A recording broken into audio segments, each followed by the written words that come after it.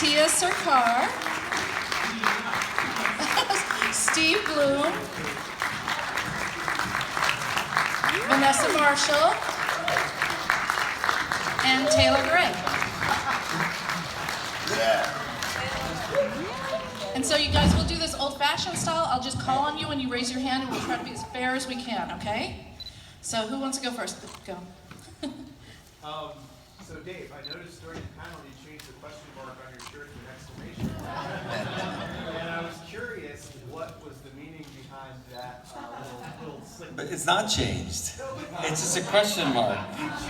I think that was something inside you that you saw. I don't know what you're talking about. Couldn't exhaust at this point. Yeah, I think you're right. Because it looks, that's a question mark. The printer maybe screwed up. It looks You like, were thank willing you it though. so. Emotions take over. Interesting question. I didn't see that, yeah. Tia? Yeah, sorry, I thought I was being called on to ask a question. I was like, I don't have a question. Yes, yeah, my brain is also turning to mine. Tia, can you talk about what was going on when Dave announced the end of, that it was ended at season 4? Could you tell that I was a little emotional? I knew it was coming. Well, we've known for a little while, if I can say that, and we weren't sure when you guys would find out. And so recently we saw each other, and I asked Dave, and he said, "We're going to tell them in person at Celebration." And at first I thought, oh, you cruel, cruel man, you're going to like break their hearts like in real life, just right there. And then I thought about it later, and I thought, what a nice way to get to share that news with you in person, rather than like putting out a press release and having people find out online and in this impersonal way. I thought we all get to be there to tell you together. And of course I feel like heartbroken that it's ending, but also Dave told us something similar that what he told you guys, which is that we've told the story we wanted to tell, and we've gotten to end it on our own terms in a way that we all feel really good about. And so I was just feeling a lot of feelings, and I was happy to get to be there when we told everybody. Dave is so mysterious, we're never sure if what he tells us is true anyway. That's true. Okay, hi, over here. Well, on that same token, I'm assuming vocals have probably been recorded for that final episode already, and how did that feel? Obviously not getting into spoiler territory, but for all of you, how was that process? What can we say, Dave? Not much. I wouldn't say much. I mean, I think that to take the pressure off you guys, the plan of the show and everything, and it's just what Star Wars should be, in my opinion, and what I've experienced is there will be episodes like we screened today that have somewhat of a somber ending, but you have to go through those things with the characters and as the characters to get to some type of conclusion of perhaps joy and feeling of victory. What is your victory without knowing the consequences on some level, what defeat could be. So it's part of the narrative that we have these ups and downs, but I think always Star Wars represents, a happy thing, a thing that exhilarates people, a thing that gives you hope, a thing that makes you feel like you can attack the day better, a thing that inspires you, inspires kids. That's always been the goal that Simon and I had with this show, is to inspire all of you guys, and especially the kids in the audience. So I'm working towards, that end. It doesn't mean there won't be probably tragic things and difficult things along the way, but that's the journey of the hero and the journey of us all. So, I think it'll be a good season. Hey Dave, Christian Horler from Collider Jedi Council. Last season you were asked, you had a definitive answer when you asked about Vader. And you said, well, we want to scale back on Vader because we don't want to use him too much, we got Thrawn. Do you have a definitive answer this season about, are we getting more Vader or Emperor, perhaps? Not as definitive, no. Okay. Not as definitive, which is probably a good thing. You get more Thrawn. So I like Thrawn. Let's go with that. Okay. Hey guys, Lucas here. Hey, good to see you all. Taylor, I gotta ask you, I feel like we haven't gotten to hear much of your perspective of Ezra's crazy amount of growth in season 3 because he really started in such a bad place at the start of season 3, and then by the end, even knowing that the Lothal thing didn't quite work out, he seems so much more at peace and so much more resolved. Tell me a little bit about where he is going into season 4, having experienced all of that. I think he matured the most through season 3 out of all the seasons thus far. Season 2 was really him toying with the dark side and seeing what possibilities lie there. But season 3, there were also, the whole Mandalorian thing, and there was a selflessness that he's now learned, and I think that contributes to that peace that you're talking about. And as I had said at the panel that we had done, or big whatever, that was awesome. I don't know what to call it, but see, it's geared him up for season 4. He's kind of in a place where he has to make a decision as to who he wants to be. But season 3 was a lot of realizing what his role was and seeing that sometimes he's gonna have to step up and burden all the responsibility that need be, and other times he's gonna sit back and Sabine will take over. And I think he's grown up a lot and matured, and that's been the fun part of playing this character, because if you look at the very first episode, he's come so far, and he's changed a lot, and it's been super cool. So season 4 is interesting because a lot of decisions are made for Ezra. Hi, Chris from the Star Wars Underworld. I feel like with previous animated projects like the Clone Wars, you guys had a lot of space to grow the show and the characters and mature over five and a half seasons. And I was wondering, with Star Wars Rebels on XD, how do you balance growing the show and growing the characters and becoming more mature with also leaving it as a good entry point for all age demographics? It's tough, but it's Star Wars, and I think when Star Wars is successful, it's always hitting all demographics. It's been something since the very beginning that I think shocked people, because you could go watch Star Wars at the theater in '77, and whether you liked fantasy or sci-fi or not, you enjoyed it. And part of that is the humor that Harrison brings to it, the intensity that Carrie Fisher portrays, and the kind of Luke Skywalker that's in everybody. And that just resonates with people. It could have been anything in Star Wars. My father really liked it because of the music, and he was a big opera lover and symphony lover, and we related over that. It's connected at its core to the concept of family and watching it together as a family and experiencing the dynamics of the characters as family. So even though now we're in the 4th season, if you check it out, my hope is that you're engaged by the dynamics of these characters, that they make you laugh, that you worry for them. And then if you haven't seen the previous seasons, you'll go, oh my gosh, I better go catch up on those, and see what's going on. But you'll still hopefully enjoy it. If you watch Return of the Jedi and that's your entry point and you wonder what these little bears about and everything else, you probably go back and watch, A New Hope. Now, that was tougher back then because you couldn't really do that unless you had a Super 8 and you only got a cut down version of it. But, now there are ways. I always marvel at how the things that these characters talk about, you can literally drop in a DVD, and now if you saw today's episode, they're talking about Satine on Mandalore, Bo-Katan's sister. Well, you can go watch that. I did it. It's there. So we live in a strange time for continuity because it's all available, and that also kind of changes the dynamic of the storyteller as well. Over here, Mike with the Weeby Geeks and Wookiee Radio. Vanessa, we've seen in season 1, season 2, some tension, some relationship between Hera and Kanan. It develops a lot more and becomes a little more open in season 3. Has that been a relief? And how much more do we get with that going into season 4? I wouldn't call it a relief, per se. Yeah, it's obvious that they've had a connection, and that is explored further, and I think I probably should just leave it there. But I think many fans who have been rooting for the space married will find it very moving. Yeah. What is he doing? Rooting for it. Okay. Very good. Anyway, thanks for the question. Hi. Who's next? Okay. Hi, I'm Sarah Woloski from Skywalking Through Neverland and Fangirls Going Rogue. And I have a question. I know our listeners love to hear about the Force, like the Mortis Arc and Clone Wars and stuff. And so my question is, are we going to explore the Force in that way and mythology a little bit more in season 4?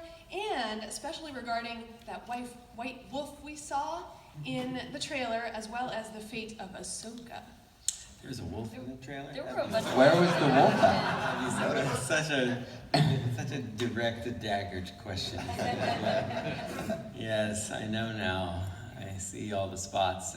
See, I know all of you better now over the years. You're all a very perceptive group, and I enjoy this very much. You make the dance very difficult for me because I so desperately want to answer your questions as a fan to fan, and I appreciate it. The Force is the core of Star Wars, and you have to be careful when you answer too many questions about it. Belief in the Force itself is part of what drives it. Not everybody in the Star Wars universe believes in it, which is interesting because its actions and abilities are on display quite often. So you think, well, why doesn't everybody believe in it? What's so hard about Han Solo that he doesn't believe in the Force when the Jedi Knights weren't so long ago, as we find out in the prequels? Because it takes discipline and training and practice and commitment and faith to believe in this thing, that it gives you power, that it flows through you. It's in all of you. You all have it. Just some people, like Anakin, are more gifted. And that's great, and it's also dangerous. And I think that what we'll explore in season 4, as we get to the depth of Kanan's commitment and Ezra's commitment to the Force, is that ultimate choice. Do you become more dangerous and fall to wickedness, or do you, in the face of fear, turn to good? Fear is the root of all evil. Fear destroys everything. Fear makes you make decisions you would not make. Fear makes you think you're making good decisions and they're poor decisions because you're afraid. And if you take nothing else away from Star Wars, you should make no decision out of fear.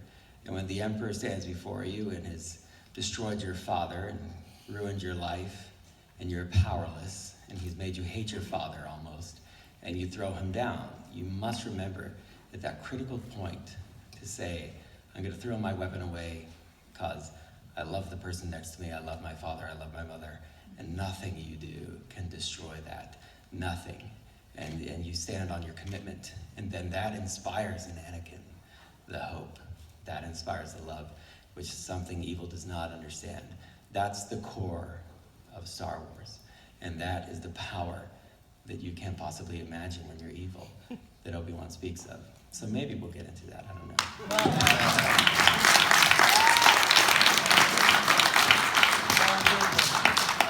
know. Okay, Thomas Riddle, Star Wars in the Classroom, and I'm supposed to follow a question from That's that. fine, we can talk about, question marks or... Well, I tried that, it didn't work, right? No, so I appreciate what you guys do. Hey, Vanessa, what you said earlier about inspiring kids, inspiring us all, right? And I would just like to ask each of you, what characteristics of your characters do you hope will serve as inspiration to kids, or all of us? For me, one of my favorite lines that Hera says is, "We have hope." And there's something about that I think we all need right now. I know I do.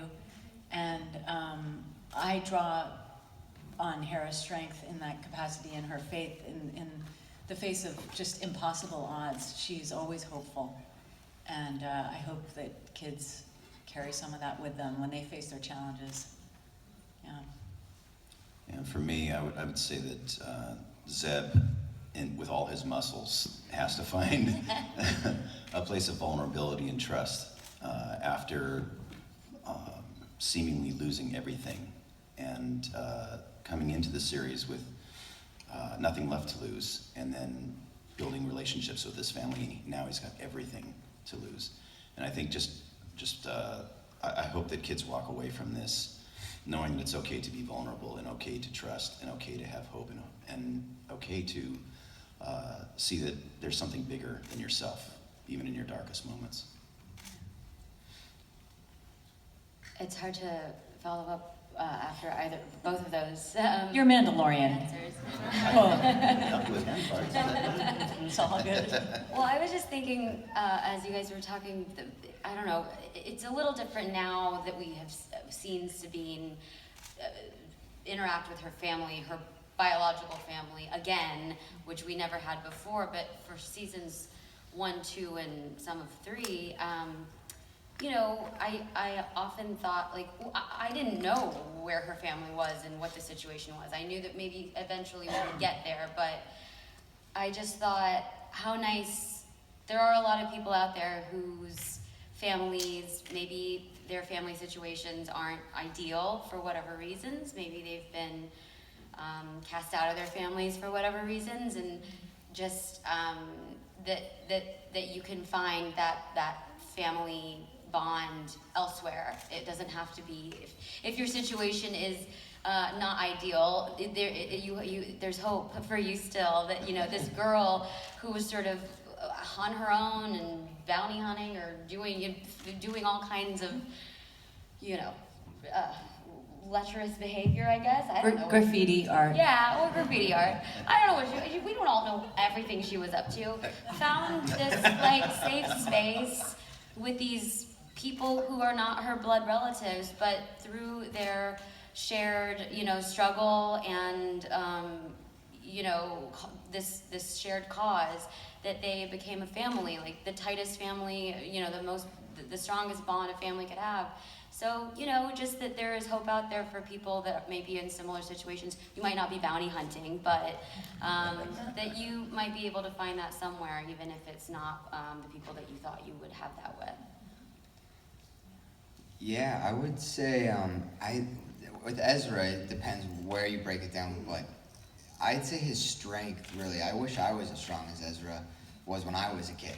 I feel like that's something that enables you, if you have that strength and believe in yourself the way Ezra does, you can accomplish things that otherwise seem impossible. And with the youth, empowering them, I think, is very important. And so I would say his strength. Also, to piggyback what Steve had said, the willingness to trust. And I mean, there are so many things, his independence, but I narrowed down to Ezra's strength. I think that's very important for kids.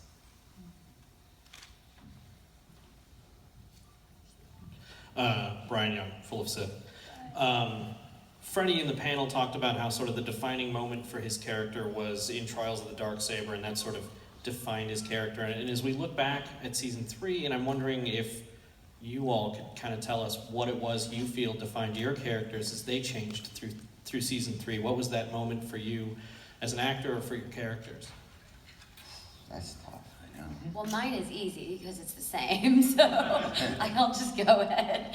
Yeah, Trials of the Darksaber, I think, you know, for Sabine is like a turning point, and up until that point, we had never, or she had never allowed herself to be in this vulnerable place, and certainly never allowed people that she let into her life and into her world see her in that sort of state. And so, you know, being faced with these new challenges, you know, before it was just like, let's fight the Empire, let's mess up the Empire, what do we have to do, let's do it, and let me do it in my artful, amazing way.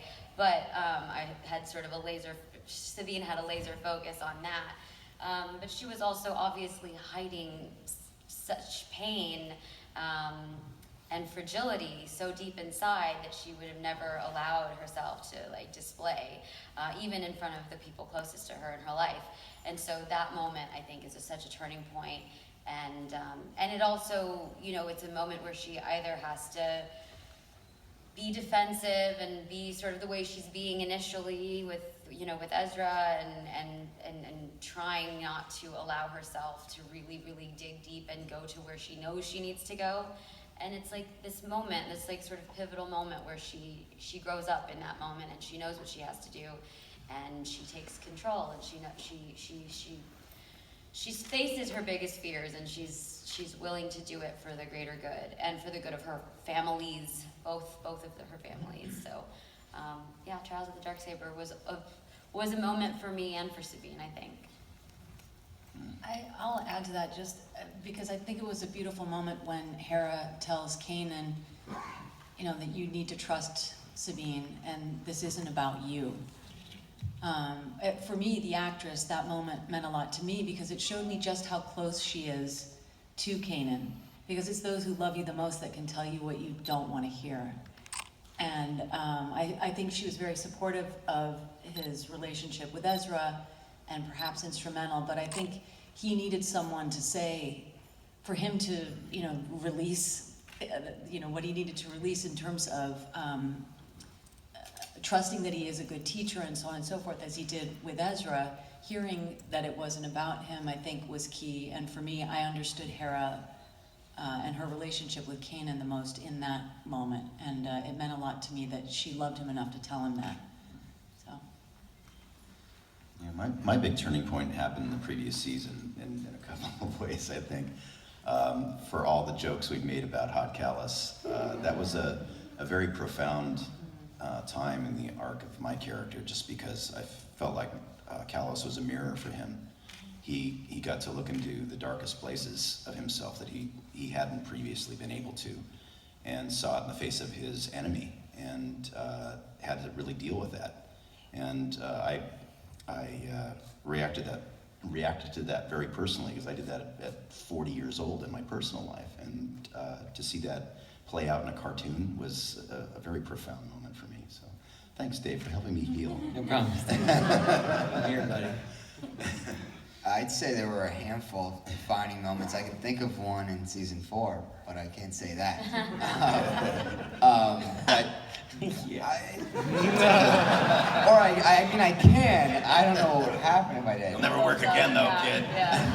But I would take it a different way and say, I think watching through season 3 how Sabine dealt with her family, it served almost as a role model for Ezra in seeing how she went back and took care of what she needed to take care of and her people, and stood up for what she believed in and did what was right in that sense. And being able to see that somewhat removed, also aiding in that whole process, I think Ezra realized what his calling was and is, and that he needs to go back to the place he's from and help out his people of Lothal. And I would say watching Sabine's trajectory through season 3 helped define part of who Ezra is and is becoming as well. Hi guys, Gary O'Toole from the Irish Star Wars podcast, Blab of the Hull. Dave, can you talk a little bit about the mindset of Thrawn going into this? Obviously, as somebody who values logic, tactical awareness, he's come up against something that he just cannot comprehend in the sheer power of the Bendu. So has that had a profound effect on him in any way, and will we see a changed Thrawn, an adapted Thrawn almost? Thrawn in season 4 is operating from a position of victory. He, in his mind, is really set back, and he's correct, the rebel fleet with a pretty crushing blow. He's also tempered their aggressive tendency, which you see the after effects of all the way into Rogue One, where they're incredibly hesitant to actually fight on a bigger scale. It takes a lot to draw them out because they lost so big. So I think it's interesting to see the effects of Thrawn, which is what you want. You want him to be a very important character and to be a villain that's affecting everything. So he's operating from a position of having total control of Lothal now. And the rebels, in some ways, are being deconstructed. They are trying to amass all of these ships. They're trying to amass all these starfighters. And one has to start to wonder what's going to be the point of that. Are they ever going to have as much even hardware as Thrawn to fight with, and let alone his tactical genius? The Bendu represents the Thrawn, somewhat of an enigma. He doesn't really understand it. I think he would admit as much. He doesn't really have secrets like that. But he's trying to understand it, and I think it's what drives his study of art. He's like someone that so badly wants to understand this greater thing, and he can't, for whatever reason. He delves into the art, he tactically understands it, but his, whatever connects emotionally, passionately, perhaps what makes him a good tactician seems to not be there. So it'll be interesting to see where we go with that. But he is a very difficult villain to beat. It will seemingly take a lot to do it, which I think is very fun. He's the first kind of arch villain to survive a season. Vader came and went, you know, he's like, I'm out the door, and which is Vader, you know, Anakin. But Thrawn is still there, and he knows they're a threat, but boy, he really kicked their butt. So we'll see how that goes. Hi, Wes Carroll with iHeartMedia over here. Hey. I assume that you guys don't normally watch each new episode with thousands of people all crowded around rabid fans. I may be incorrect. Well, when we watch it on TV, sort of. Right, and they're just not in the room, right? Well, not on a big screen, no.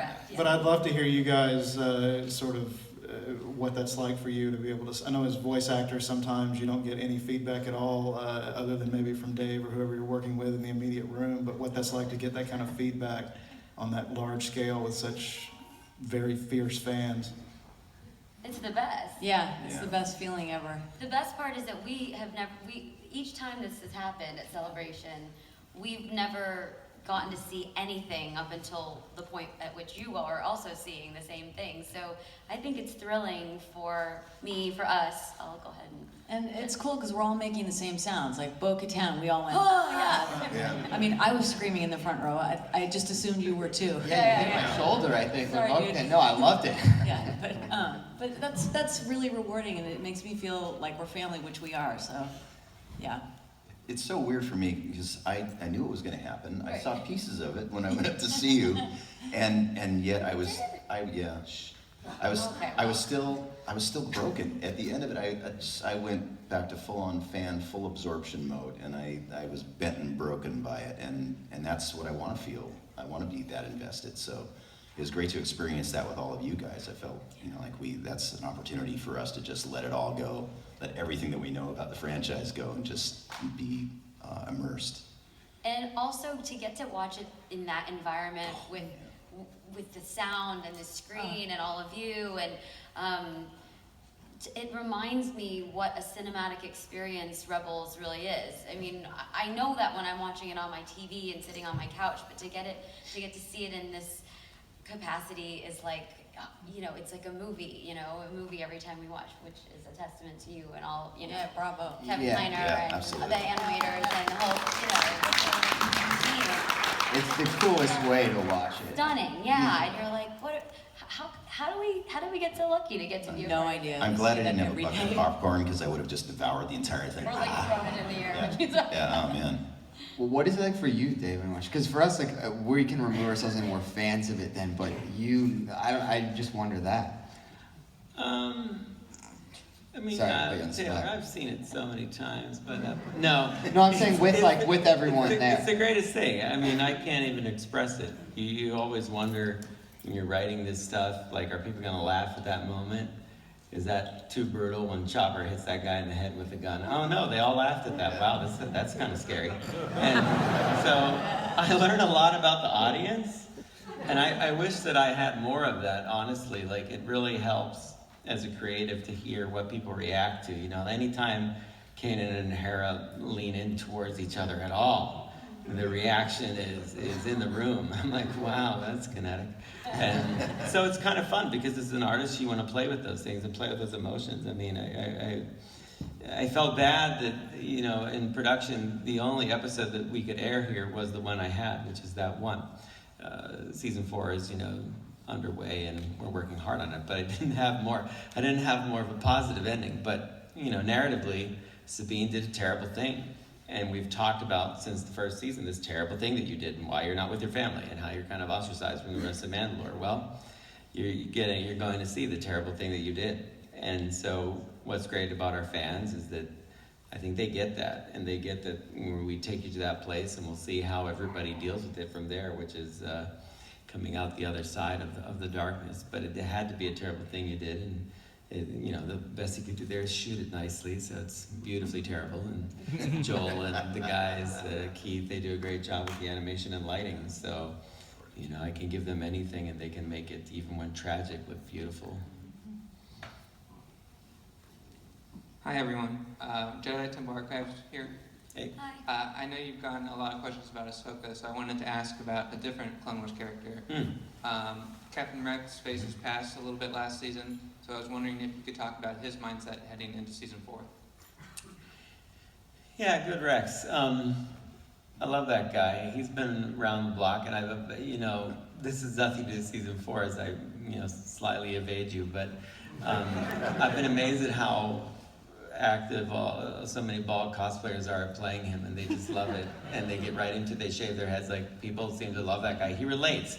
Rex is like, in a very real way, the common man, the common soldier, and I've had people that have served in the military come up and talk about what it's meant to them, his story and the other clones and the trauma that they've gone through, and it's very real and it's helped them. So, I think for Rex, the idea for me since Clone Wars has always been that he is the good soldier. He is the one that's actually fighting, not for the, any politics of a situation, but for the people he's actually trying to protect. And his intention is good, always good, and honorable. He fights with honor. There's no waste there. There's no cruelty there.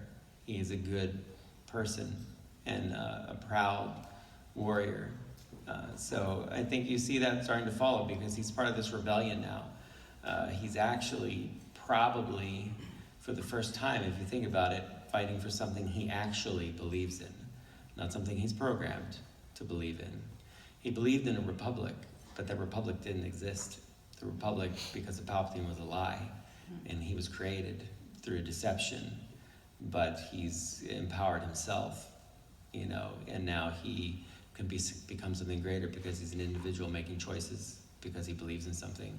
And so I know Dee and I talk about this at length, and he's in season 4, thankfully, and we'll see where he goes in that season. Hey guys, Eric Coleman from IGN. Hey. Had to ask, Vanessa, question for you, also somewhat for Dave. We've been wondering about where these characters would end up since the show began. Where are they during the original trilogy? Rogue One gave us an answer for Chopper and for Hera. Yay.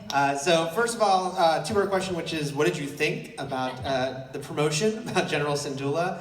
And then for you and for Dave, see how much you will reveal. Should we assume that, might get to see that promotion before the end of the show? How much do you want to connect exactly to what we know about this one character? I was elated. I couldn't feel my legs. I think my mind exploded, for the millionth time since being a part of this project. That it was like a life insurance policy. I was so grateful to hear that she exists. And I said the other night in the Galactic Nights show that I like to believe that they were paging her because she was already warming up the ghost to go to Scarif, and they didn't need to even ask her. She was ready to go get it done. So that's my little fantasy. I have no idea if that's true. But anyway, I was elated. So. Yeah, I always thought you weren't at the briefing with Jim because you'd be like, listen to this woman. She knows what she's talking about. This is a terrible situation. Let's go. She should be going and getting the plans. We're already on our way. You would grab her in the go. So I think that you were probably irritated because you knew what Jim wanted to do and you knew the council wasn't going to listen to her. So you weren't at the briefing and you get called in and Moss is like, okay, calm down. Yeah. And Hera's like, here we go again with this. But yeah, the promotion is cool. I mean, right? She should be a general. I mean, she's really good. She has the experience. Those kind of things I tend to play with the ideas I saw in the movie. Lando becomes a general. I wouldn't expect a big fanfare thing about it. For me, he talks about the Battle of Tanab, and you kind of go, that must have been cool, and somebody else can tell that story. I love that stuff about Star Wars and the way George wrote it. I love that there's always a feeling of a bigger thing. So, and I'm pretty adamant that, it's not something to me I'd do a whole episode on necessarily. But we will see her, I guess it's not, I'll give you this one, Goldman. She'll be a general before the end of the season, let's put it that way, which I think is cool. I don't know how much more to say about it. Hera's a really fun character, and one of the reasons why originally I was going to have the narration of the trailer be Kanan, because the Jedi always seem to drive the story, but then I realized that was completely wrong, and it should be Hera as the mom, as the matriarch, as this powerful woman who's put this all in play from the beginning, the Rebels are her architecture, it's her framework. And if anyone's gonna have the perspective on what they're all going through to the end, it's her. And so she really bookends that trailer because in her own way, she has used the Force to draw them all together. Her force of will, her force of commitment, her bravery. So that's, I really like that about Hera and Vanessa.